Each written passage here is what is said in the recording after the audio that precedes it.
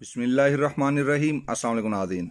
Corona virus के वबा के ख़तरे के पेश नज़र जो सऊदी अरबिया में दूसरी लहर चल रही है और आप लोग जानते हैं कि कोरोना के वायरस के जो पेशेंट हैं वो दिन ब दिन बढ़ते जा रहे थे।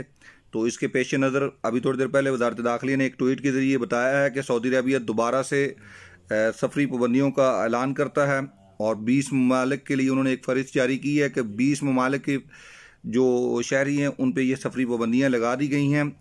कल रबू यानी 3 फरवरी 2021 से ये पाबंदियों का इतलाक़ होगा और ये 20 ममालिक के शहरी सऊदी अरबिया में दाखिले पे पाबंदी होगी।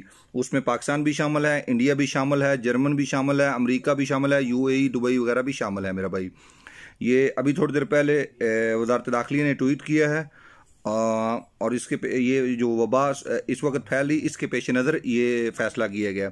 लेकिन ये फ़ैसला टेम्परेरी है, मुस्तकिल तौर पे नहीं है। इंशाअल्लाह ताला अनकरीब ये फ़ैसला ख़त्म कर दिया जाएगा या ये पाबंदियाँ हटा दी जाएंगी। बहुत बहुत शुक्रिया। अल्लाह हाफ़िज़।